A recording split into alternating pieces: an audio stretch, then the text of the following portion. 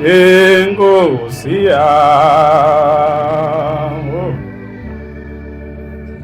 Yayikhetha inkosi yamaNazaretha unyazi lwezulu. Amen. Ngwakhoza isibongo entabeni zaSolundi endaweni yaseMabedlana. Ngihlala lapha eMlazi kwa Eshi ngisethempelini esabelweni umshumayeli umnguni. Amen.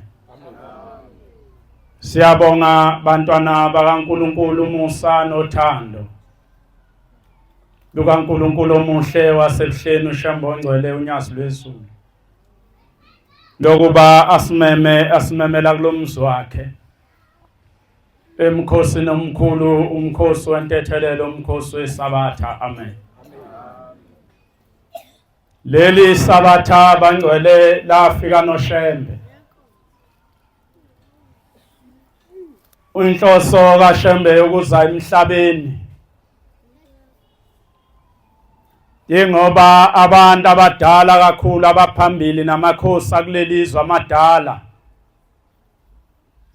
kwezwakala isililo sabo behamba emhlabeni bengabuye ezulwini. Base behamba beyocela ezulwini uShembe ukuba eze emhlabeni azokhumbuza noma azofundisa abantu indlela eya ezulwini la sonke sifisa ukuya khona. Indlela ke eya ezulwini ayihambi la kuthanda khona umuntu. Indlela eya ezulwini ayihambi ngemicabango nangokuyifiso zomuntu, kodwa kuba semthethweni kaNkulunkulu ukuthi ulondolozile yini. Kuyenzeka ke umusa ukwehlele,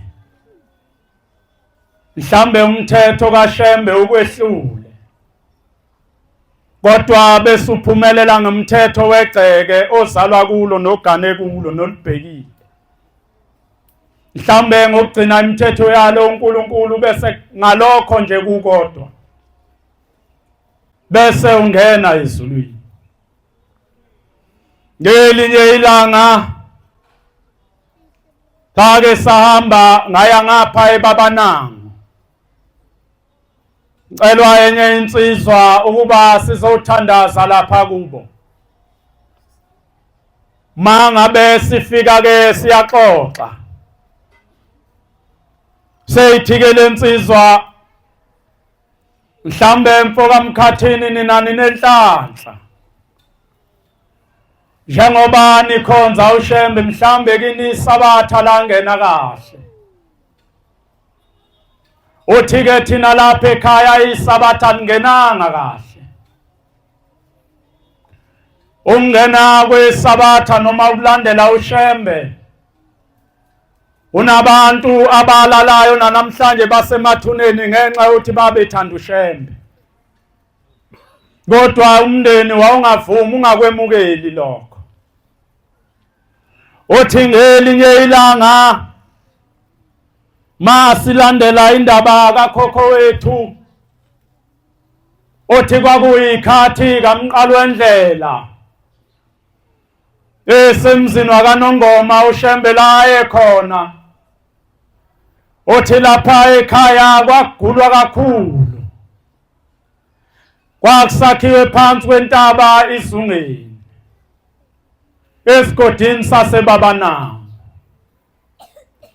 Uthi mangabe ukhokho wethu egula waye ngasadli ukudla kungasangeni, mayedla kwakubuya. Waye saba umuntu nje ohlelelale lapha emseleni. Uthi kwehluleka inyanga, kwehluleka odokotela, kwehluleka yonke inhlobo ongayicabanga. Kwakulalwa kubongwe mangabe kusile evuke ephila. Okhokhokazi wethu babelalo benyoni, ngoba behlale beqalaze le ndoda ukuthi saphefumula yini. Uthi-ke kwahamba isikhathi kwazwakala ukuba khona umuntu obasizayo abantu ogama lakhe luShembe. Othi ukhokho wethu wayenduna lapha kulelizwe. Kwase kubizwa abomndeni abadala, kwabizwa igijimi bagibela injomane. Bathunywa ukuba beyobiza uShembe. Bathi mabefika kwindlamhlathi kaMayekisi kwaNongoma, yathi kulungile bantu abami, ngizakunilandela mbani nimtshela ukuthi ngiyeza. Base bephinde laba bantu bagibela amahasha abo, banqamla olundi, banqamla imfolozi, baqhamukela phezulu ebabanango. Lo kaMayekisa wayenganayo into ayihamba ngayo, ngoba kwakwala noma lini izulu laliphelela kuye. Kwakwala noma libalele ilanga laliphelela kuye. Masizwa umlando kuthiwa wayehamba emahlane, la ahlole khona uShembe noma ngabe kusehlathini. Wayecinga ifokoza angayishuthela kulo njengongoso ukuze afudumale. Afune itshe imbokode acamele kuyo. Avuke ekseni abambe uhambo lwakhe lokuqoqa indlu kaDingane benosenza ngakhona. Kuthiwa ngelinye ilanga ephe kwentaba yomhlangano, elindile uShembe elinde izwi. Emva kwemimoya yonke yayifika entabeni. Bathi ngelinye ilanga kwasuka isiphepho, kwasuka ishingishane, laduma lakaya laqephula imkhathi ngembani. Kwakuzwakala ezantsi emaseleni imalasi zikeula ifuna indawo yokuyoyifihla kuyo ngoba lalilibi izulu. Babephuma abantu namageja bekhuza umhlola, behlakula ubale emagcekeni bethi hayi bo sakhile kusekhaya ledlule. Bezwakala abanye beshaya amathini ngoba bekhuza isiphepho esasisibi kakhulu sixakile. Kodwa konke kwenzeka lokhu, bonke laba bantu babe nompheme wokukhosela. Okwakuthi mase lixakile izulu bebaleke beyongena endlini zabo, behlale bevala iminyango. Bebuke ngeyimbobo lezo kwathiwa amaweji, bebuke ngaphandle ukuthi selinjani. Wayemunye emhlabeni wonke umuntu owayengenalo uphahla. Lalina leli izulu luduma, yena wayengenayo indawo ayengakhosela kuyo. Wayehleli phezu kwentaba inhlangakazi uShembe elinde izwi, okuyilona elamsusa entabazwe. Lathi siyohlangana nawe phezu kwentaba yomhlangano wenhlangakazi. Akubanga insuku engaki yenzekile lento. Yaphuma inqina kaMabuyaze eyayizingela uShembe. Ngoba kuthiwa udla imbuzi zabantu nemfuyo yabantu. Bathe mangabe iphumile bemfuna, babesaba ukuyogibela intaba inhlangakazi, bemmemeza bephansi lapha yana ngasesitolo sakaMthembu. La yagcina nenkosi yasephakameni yakhe isitolo. Okwakunomuzwa kaMthembu lapho uShembe engakenzi ukuzokwenza leli bandla esalindile entabeni. Avusa inkosikazi kaMthembe yayishaywe imamba seyihambile emhlabeni. Okumuntu oqala lapha kulelizwe uShembe amvusayo esefile. Wabonwa abantu basendwedwe, wabonwa induna eyakuleya ndawo, igula likababamkhulu noma ishumbu lahlala emzini wakanzuzana, emzini wakanzama, elalehlala ligula lifike lilanda amasi benzela ubabamkhulu liphinde linyuswe zingane lihlangabeze endleleni. Kodwa laba abantu babengamuphi uShembe lamasi nobusi ngoba bemthanda. Babemcuphile ngoba bethi bamkhatha nezilwane ngoba izilwane ziyawathanda amasi. Ngikhuluma ngabantu namhlanje nabakhala esikanandi isililo. Bafa babhubha bayahlupheka namhlanje na. Kwaze kwakhuluma omunye wathi angazi njengoba hlupheka kangaka ekhaya kungalungi lutho lapha kwaNzama. Igama lalomuzi kwathiwa kusemkhovini igama lakhona. wathi kasazi noma mhlawumbe ileli shumbu likaMqali wendlela elaphelela la ekhaya esagcina singasalibuyiselanga kuye. Silapha ke eNazaretha ethi ke le ndoda wafika uShembe ezweni lakubo wayehamba ngeenyawo ephethe ugubhu lakhe ayeshayela lona ngeyimbaqa ezazimbili.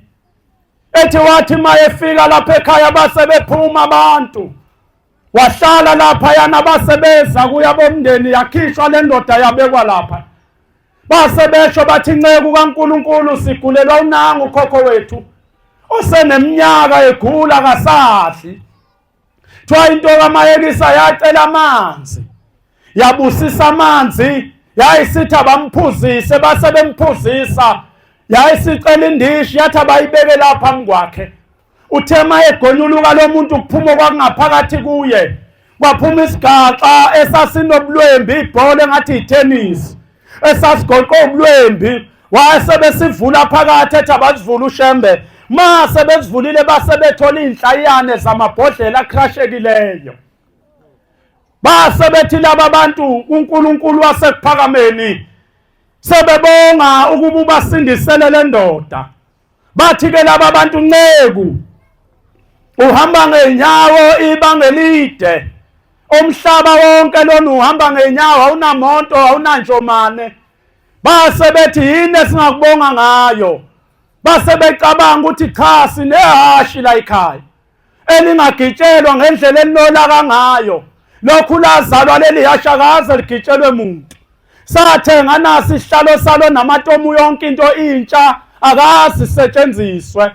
Base bethi Shembe besicela ukubonga ngalo leli hashi sikuphe lona kube ngelakho sawuyohamba ngalo umhlaba wonke ushumayele. Base belikhipha leli hashi elibayeni bazonika ubaba mkhulu. Othi lathi malifika uMqali wendlela leli hashi eqeda ukuphilisa le ndoda lase lishaya ngamansela amasonda angaphambili lase lishaya kakhulu amakhala wabonakala wasezulwini elalela leli hashi ukuphefumula kwalo. Uthema yesuka emlonyeni walo emakhaleni wayesethi kulaba bantu niyalizwa yini leli hashi lithini. Bathi laba bantu bomndeni cha Shembe kasilizwa. Wathi leli hashi liyakhuluma madoda lithi wena mnumzane njengoba bewugula wathola idliso umuntu owadlisayo umnumzane walapha ngaphesheya usibanibani uyena wayedlisa ngoba wayefuna kube uyena induna yalapha kulelizwe wayesedlisa ngomuthi owawuhlanganiswe namabhodlela njengoba ephuma kwena nje esifubeni. Uthi ke uShembe kodwa mntanami mthethelele ungabe usamenza lutho myeke. Yayisimnika leli hashi uShembe le ndoda leli hashi amaNazaretha akhuluma ngalo obusuku nemini athi simenywe ihashi elimpunga elavele ebantwini ababanenhlanhla babona uShembe indoda ayisindisa yakandiyese endaweni yaseBabanango iyona eyanikela ngehashi elimpunga likababa mkhulu lele laphelela lapha ya endaweni yaseMpangeni ongoye elalihlatshelelelwa ligidi isihlabelelo sokugcina kanti seliyahamba phakathi kwamaNazaretha esasithi baba ngikulolu uhambo nenyembezi hamba nami mhlekazi. Ngaleso sikhathi uMqali wendlela wayevalelisa nakumaNazaretha esehamba ebheke enyakatho lelo hashi lelo wagcina ukuligibela lapha evela behleke eshaya ugubhu kwagida lona kuphela leli hashi kanti seliyahlukana nobaba mkhulu. Kanti nobaba mkhulu sengokugcina usehamba lapha useyobuya esephethwe ngebhokisi eseyobekwe emzini wasekuphakameni wagcina lapho uShembe. Uthi ke le ndoda yayisibiza izingane zayo ngoba uShembe seyiphilisile yayisithi bantu abami nibonile akekho engamhambanga alukho usizo la ngalifunanga khona naseyinkonzweni ngiyile bahlulekile abefundisa ukungiphilisa nenyanga ihlulekile yayisithi lapha ekhaya wonke umuntu useyolandela nangu Shembe useyogcina isabatha ongakwemukeli lokho akaphuma inxuluma lakhe. Uthi ke base bevuma kodwa ethi lensizwa khona oyedwa oyinkosana kakhokho wethu ongakwemukelanga lokho wathi yena ngeke ayeke impilo abeyiphila beselandela uShembe alandela umuntu. Othi kwahamba isikhathi libangwa leli sabatha libanga ukhokho wethu nomkhulu wethu okuyena nkosana kakhokho wethu. Uthi mangabe libangwa ngelinye ilanga uthi le ndoda yayisihlangana nabantu bendawo ababengakwemukeli lokho kushiwo induna ukuthi abakhonza ushembe egcinwa isabatha. Uthi kwathi kuhleli yafika lensizwa yangena endlini kakhokho wethu, uthi yavala umnyango yamshaya izama ukumbulala imbulalela isabatha. Uthi bamshaya lokhokho bamshaya, yabona le ndoda ukuthi akafi, yayisiphuma yabuyisa umnyango yavala ngaphandle. Uthi yayisindluleni iyokhela ngomlilo ukhokho njalo uphakathi. Uthi ayokhela ngomlilo indlu yashintsha. Uthi akekho owayekwazi ukusondela. Yathi mayisha le ndlu yaze yaphela, ukhokho wethu waphuma egaqa. Bayazika abantu kudala izindlu bezakhiwa ngopata kuqala, kuyizindlu lezi ngathi zakhiwa ngomhlanga beyingabunjela ubumba, ngoba nezibaya bezakhiwa ngamatshe. Uthi lesikhathi lomlilo usha bezama bomndeni ukukhuza, yaphuma le ndoda ukhokho noma yayisishile emzimbeni, yaphuma ikhasa ngamadolo. Phezu kwalokho indodana yakhe yagijima yaya kuye, yafike yamshaya. Uthi thema ewa phansi yayiseyikhipha umese seyimsika icubu umzimba wakhe yayifaka esikhwameni yahamba yayoyidayisela inyanga. Uthi izwi lokugcina okuthwalashiwa ukhokho wathi sibani ngoba wenza lokhu kanjena kimi. Wathi mntanami ngiyadabuka wena ngeke ube nalo ithuna. Wathi mntanami inyama yakho iyodliwa zimalasi uyozuphele ngeke uncwatshwe. Uthi ngampela kwahamba isikhathi eyidayisile lezi zinto kanti udayisela umzala wakhe, ulokhu ethi udayisa ngamafutha esotha mlilo nje kanti usho inyama kayise amafutha kayise. Lana makholwa abantu abawalande inyangeni. Ahamba umuntu enyangeni ithi inyanga ngizokunika amafutha esotha mlilo ukuthi into zakho iqonde kanti usho amafutha omuntu. Njengoba ubusuku nemini kulahleka ingane ezicuya ngapha nangapha kuhambe kuyodayisela inyanga eyithwalayo ithwalisa abantu ngezicubu zabantu. Uthi kwahamba isikhathi ngampela masizwa le ndoda omkhulu wethu yagula le ndoda yangasinda kwaba buyatiyati kuzama ukwelashwa ayangasinda. Uthi safika leso sikhathi othiwa sasikhulunywa ukhokho wethu ngayo. Uthi kwakuthi mayilele emseleni make kwaphuma abantu bayishiya yodwa endlini, iyozwakala le ndoda seyikhala ithi ngilekeleleni nasi izinja zingiqeda. Mabethi bayangena abantu bethi ziphi, ethi nansi niphambana naye emnyango. Mabethi bayabheka babona inja bona, kodwa lapha enyameni yakhe kunesicubu esihambileyo uvusa igazi. Uthi ke mfoka mkhathini njengoba ngubizile mfowethu okuba ke nizosikhulekisa la ekhaya, ngikubiziswa into eyodwa ngumuntu oyilandelayo izinto zegceke noqaphayo. Uthi ngase ngibona noma ngacela ukuthi ngicela uNkulunkulu angisize uma ngabe ngiqoqa umndeni wakithi ngoba bakholwa, angiphe umuntu oyofika beneqiniso angathenga amehla abantu bakithi ngoba nakhu esaba ukukhuluma iqiniso kubo. Ithi uthi ubaba lolo phambi kwethu bafowethu njengoba silapha sithunyiwe, njengoba ngithi isabatha emzini womuntu ngena ngendlela eziningi, njengoba silapha ningenanga ngokufana leli sabatha likaShembe. Banenhlanhla kodwa abantu abathi mabebuka amaNazaretha wazizwe nothando lokuba iNazaretha, wafike wangena wayikhonzela. Lo muntu akahlushwa lutho futhi akayazi nento eyamletha kaShembe. Ingakho noma makukhulunywa ngeminikelo kukhulunywa ngomthetho wenkolo asukume athi ave ethanda amaNazaretha ukwehlulela, ingoba kazazi azokwenzani kaShembe. Ungamuzwa nje ethi amaNazaretha ave ethanda ukwehlulela, akazazi wazokwenzani. umuntu oqondayo ukuthi wazokwenzani lapha ekhaya ngaso sonke isikhathi uba novalo uyesaba ngoba uyazi ukuthi lapha engihamba khona ngihamba kwintambo kalayini ukotini ngingawa noma yinini ithi uthingo lamakhosazana lento esikuyo nami kangiyazi iyakhahlela ayinayo nomuntu womndeni kodwa unenhlanhla futhi ehambisana nebhadi uma ngabe wena lapha ekhaya utamasi itshe ulokhu ukholokholwayo okwakho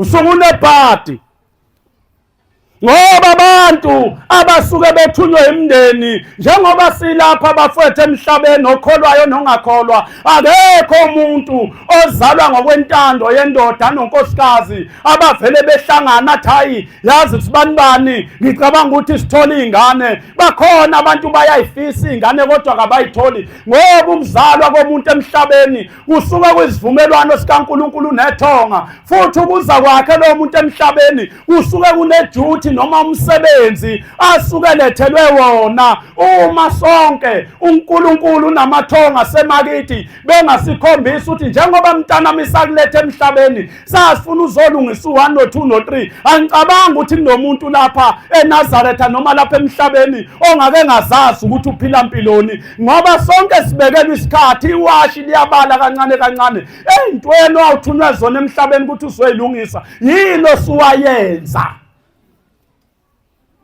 ngoba iwashi liyakhawunta amaminithi ayasondela sizofika isikhathi sokuthi uhambe emhlabeni ungenzile lutho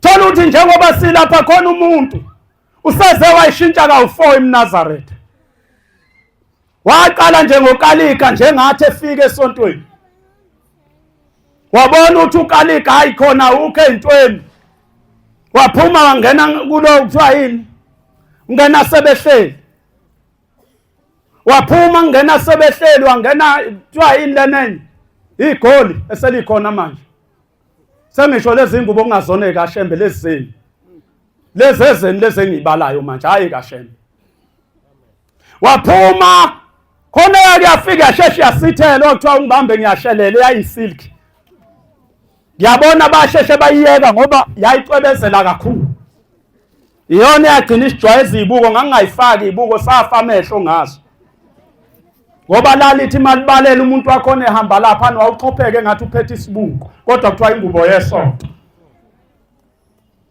usayishintshela ufolo umuntu eNazaretha leli nani lale ngubo yakhe ayifani ukalika lona esugqokayo u120 150 ungena sebehleli ulako 600 igoli liko 1000 nemali kodwa lo muntu akaza ayithenga imbuzi yokuyonikelela abantu bakube bakhiphe esigodini sosizi njengoba manje sibheke kuJulayi uthungisa amahiya amasha abiza ama1000 wenzela ungena kutrend akaza trend ngeimbuzi ezibambile ethi ngiyonikelela abantu bakithi utrenda ngamahiya nangemNazaretha nemvunulo lokho kwalapha emhlabeni ongeke kumsize ethuneni lokho ngeke kubasiza abantu bakubo abantu badlala itofele esontweni bathengisana iNazaretha bathengisana imvunulo bathengisana lokho nalokho ongacabanga akekho noyedwa owake wahlala nomunye wathi mfowethu